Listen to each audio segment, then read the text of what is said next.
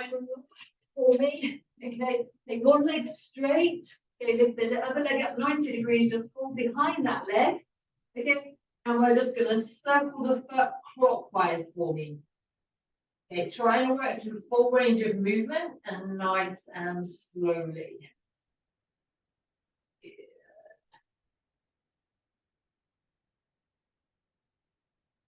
Don't rush it, super, super slow.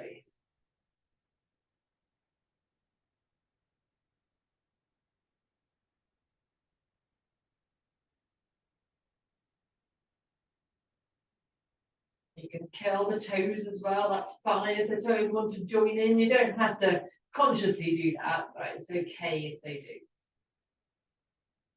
Go. 50 more seconds.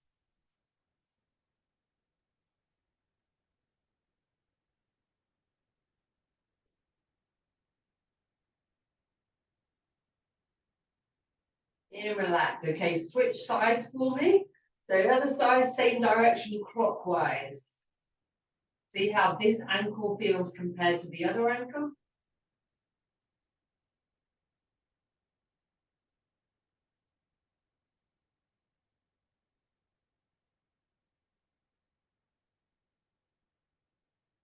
My ankle is clicking and crunching on this side.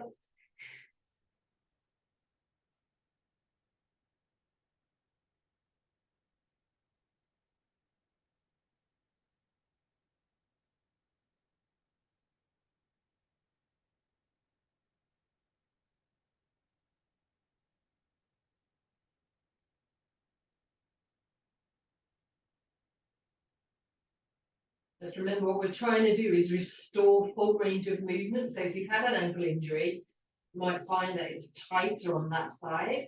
So just take your time and work through full range. Again, relax. Okay, switch back to the other side. We're going to go anti-clockwise for 1 minute. See, mine feels nice and free on this side. It feels lovely.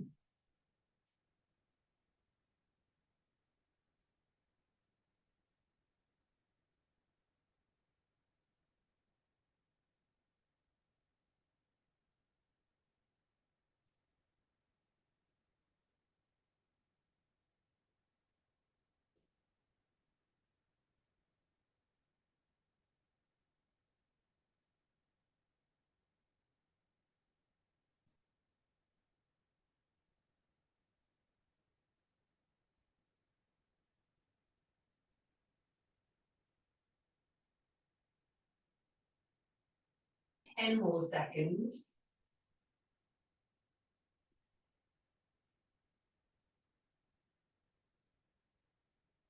Good, and then change sides, anti-clockwise again for me.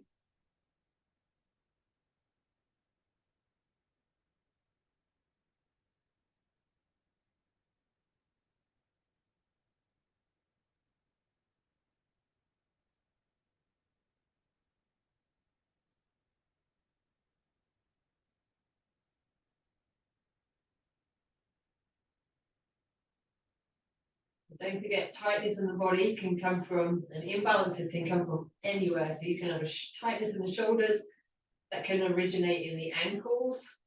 So you always need to make sure we mobilize everywhere. Because sometimes it's very hard to know where the issue originates.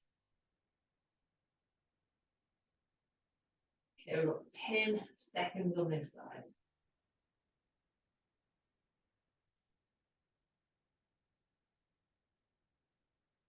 And relax. Okay, switch sides. Last time, this time we're going to point the foot and then we're going to flex the foot. So we're going to point the toes and then we're going to pull the toes in towards our body. Again, nice and slowly.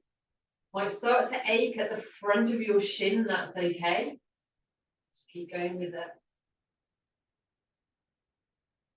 This is the last ankle exercise we're going to do today.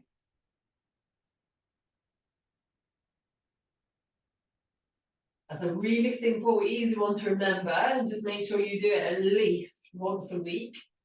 If you have ankle issues, more than once a week. As in, if you feel like there's a loss of mobility on one side compared to the other, then work on it more.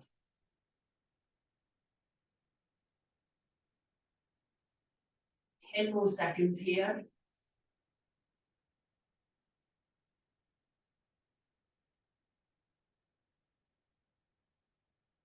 And relax. Okay, change sides and go.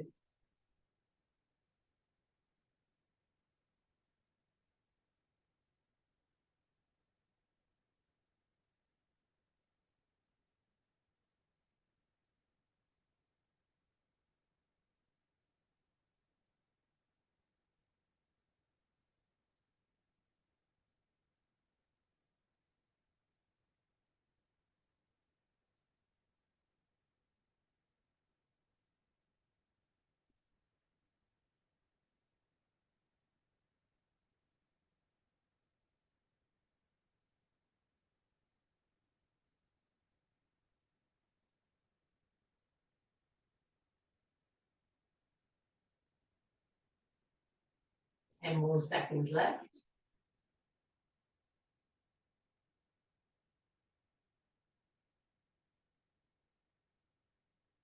And recover. Okay, good. Coming up onto your feet for me. Okay, so we're going to work on, let me just change my camera angle, pelvic rotations. So the pelvis should rotate nicely. So what you're going to do is you're going to put your hands on your hips. We're going to take a small step forward with the left foot, lead in heel first. The weight goes onto the front leg, and then we're going to rotate to the left and then come back. Okay, step forward, rotate. Just keep doing that. I do it 10 times on this side and then 10 times on the other side.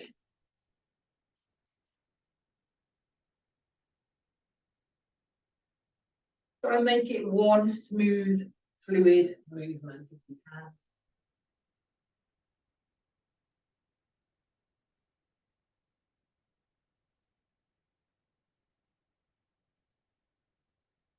And then switch sides when you've done your 10. Don't rush it either.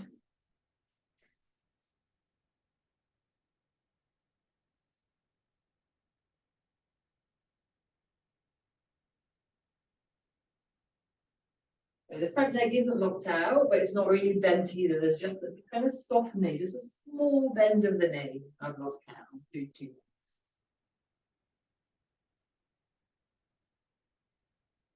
Okay, then I want you to grab your small wooden stick, whether it's a rolling pin or a wooden spoon, that's fine.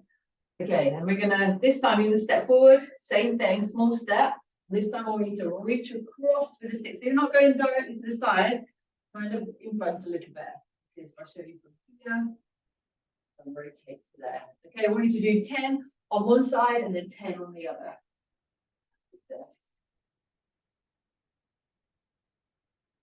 Think about the rotation of the pelvis.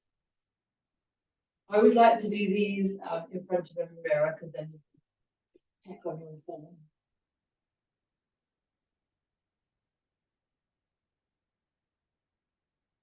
Often when we lose the rotation of the pelvis, and it can cause all kinds of issues. So when we're walking, the pelvis should rotate naturally. Don't try and force it, so things get a bit weird then. Change sides when you've done 10.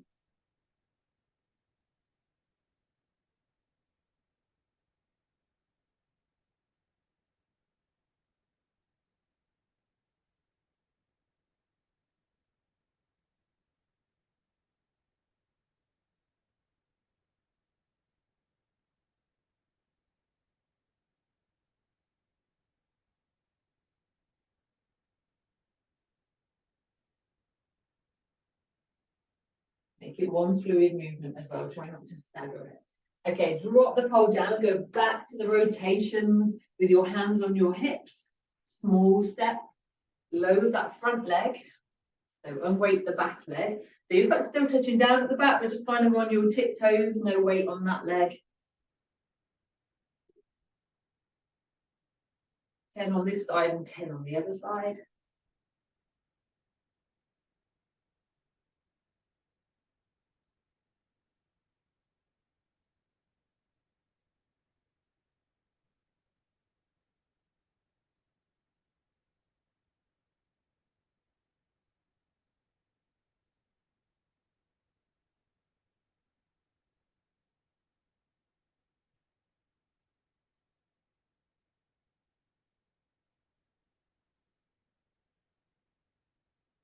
Keep going.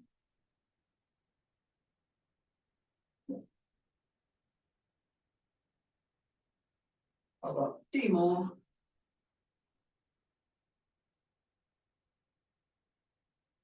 And then recover. Okay, right, I want you to grab your yoga block and your chair for this next one.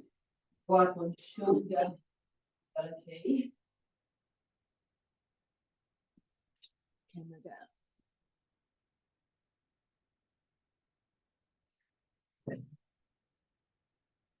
Your legs are going to go up on the chair.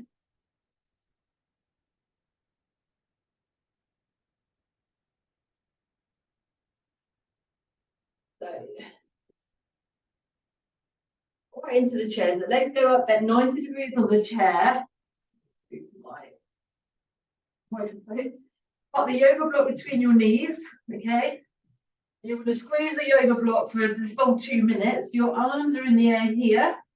And then interlace your thumbs for me. You're going to go back towards the ground. You're not going to force anything and then come back up again. Okay, and we're just going to keep that movement going for 2 minutes. This is our last exercise because 15 minutes goes very quickly. Yeah. And that's all you're going to do. Keep squeezing the yoga block though.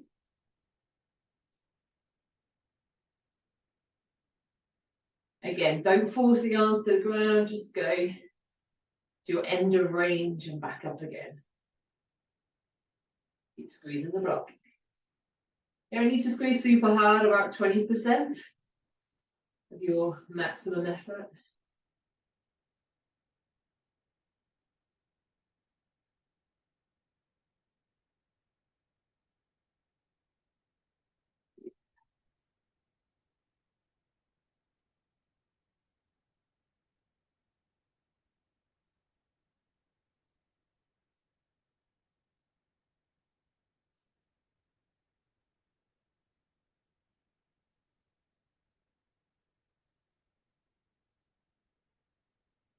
Just remember, if we don't move our joints to their full range of movement during the week, we start to, over time, lose the ability to move through full range. And that's when other joints, other muscles will start to compensate. And that's when we end up with injuries and issues.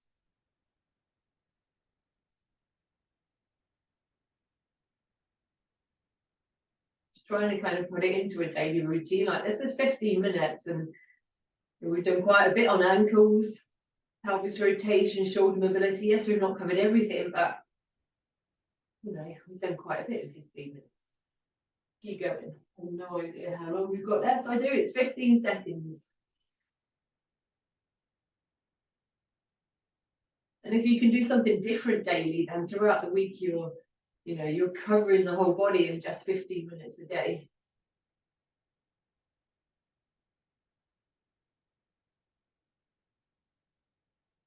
Let's just do a couple more to finish.